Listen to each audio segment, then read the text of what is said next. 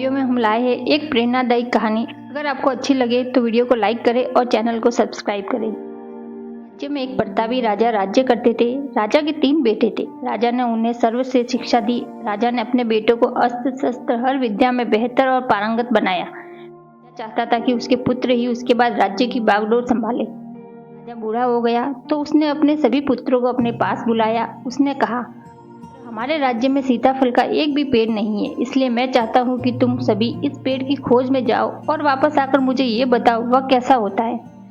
तुम तीनों अलग अलग और 4-4 माह के अंतराल में जाओगे।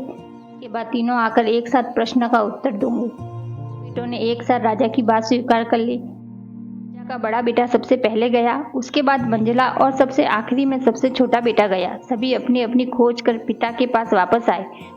सभी से बारी बारी से पूछा कि बताओ वृक्ष कैसा होता है। सबसे बड़े बेटे ने उत्तर दिया और कहा कि पेड़ में न कोई पत्ती न कोई फल है, सूखा है।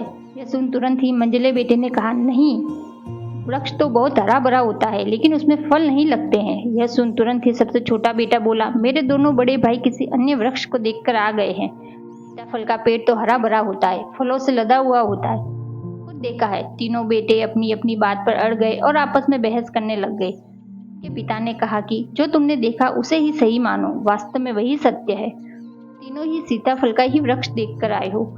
तुमने बताया है वह सीताफल का ही वृक्ष है, लेकिन तुमने अलग अलग मौसम में उसे देखा है। राजा की बात सुनकर तीनों पुत्र एक दूसरे का चेहरा देखने लगे।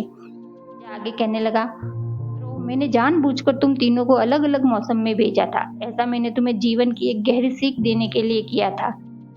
चीज को एक बार देखकर उसके बारे में पूरी जानकारी प्राप्त नहीं होती है। किसी भी व्यक्ति या वस्तु के बारे में पूरी जानकारी प्राप्त करने के लिए अवलोकन लंबे समय तक करना पड़ता है।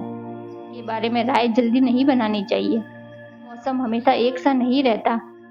सीताफल के वृक्ष पर जब भी मौसम का प्रभाव पड़ता है, कभी वह सूखा तो कभी हरा भरा हो जाता है। यही जीवन के उतार चढ़ाव में सुख दुख, सफलता असफलता का दौर आता है। मौसम की तरह बुरा समय भी गुजर जाता है। विवाद में तब तक नहीं पड़ना चाहिए जब तक आपको दूसरे के पक्ष के बारे में न पता हो। दूसरे का पक्ष सुनना बेहद जरूरी है। व्यक्ति का ज्ञानवर्धन होता है। राजा की सीख को तीनों बेटों ने ग्रहण किया। राजा के बाद अपने राज्य को तीनों बेटों ने मिलकर अच्छे से चलाया।